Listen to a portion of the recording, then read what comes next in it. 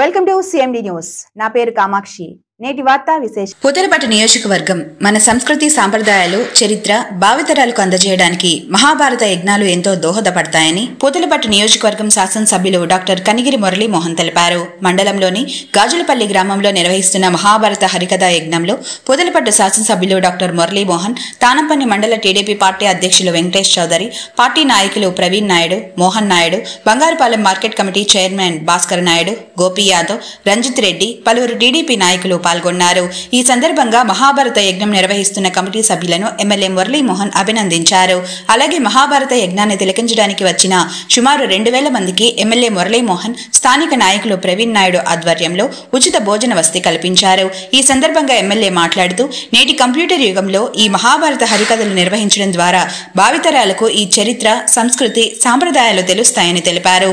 అలాగే పురాణాలలో మంచి చెడులను గ్రహించాలని, ఏదో కాలక్షేపం కోసమే ఈ హరికథలు నిర్వహించడం లేదని, ఈ హరికథ మహాభారత యజ్ఞాన్ని ప్రతి ఒక్కరూ సద్వినియోగం చేసుకోవాలని, ఇందులోని మంచి చెడు సారాంశాలను నేర్చుకోవాలని ఎమ్మెల్యే తెలిపారు.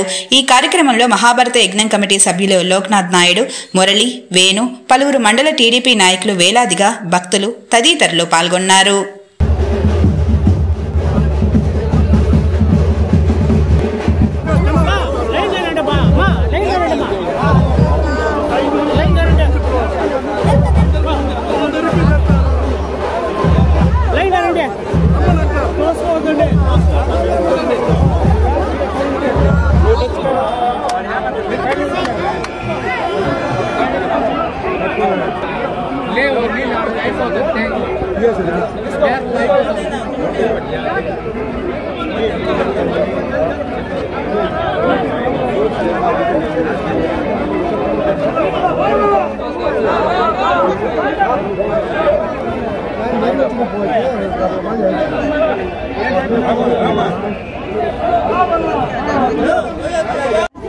గత 3 సంవత్సరాలుగా వస్తున్నాను.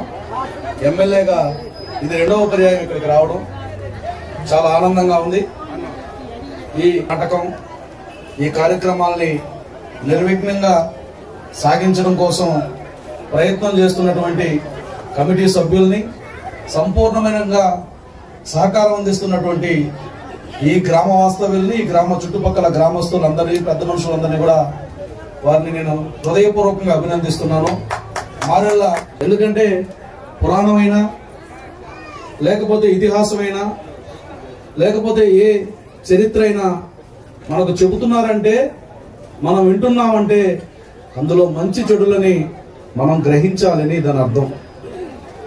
వారు ఇలాంటి కార్యకలాపాలు చేసిన కారణంగా ఇలా అభివృద్ధి చెందారని కొన్ని కథల్లో, ఇలాంటి స్నేహం వల్ల ఇలా ఒకరికొకరు సహకరించుకున్నారని కొన్ని కథల్లో, యుద్ధాల వల్ల ఈ విధంగా నష్టపోయారని కొన్ని కథల్లో, వ్యామోహం వల్ల వంశాలు ఈ విధంగా నాశనమయ్యాయని కొన్ని కథల్లో, ఇవన్నీ మనకు తెలుస్తున్నాయంటే వీటిని మనం ఆచరించకూడదు, వీటిని మనం ఆచరించాలని తెలియ చెప్పడం కోసం ఈ పురాణ గాథలన్నీ ఉన్నాయి.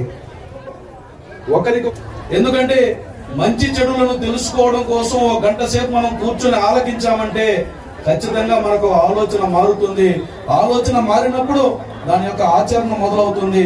అలా ఈ హరికథ కాలక్షేపాలు అనేవి కేవలం కాలక్షేపం కోసమే కాకుండా జీవన మనుగడకి, మార్పుకి ఇది ఉపయోగపడే సాధనంగా మలుచుకోవాలని మీ అందరూ పెద్దలు, విఘ్నులు, చాలా మంది అందరూ కూడా వయసు మళ్ళిన వారు, దాదాపుగా సగం వయసు దాటిన వారే కాబట్టి మీరందరూ కూడా ఈ విషయాలని మీ మనవాళ్ళకి, మీ పిల్లలకి తెలియజెప్పి వారి జీవిత ప్రయాణంలో కూడా మంచి చెడుల గురించి నేర్పించాలని చెప్పి మీ అందరినీ మనస్ఫూర్తిగా కోరుకుంటూ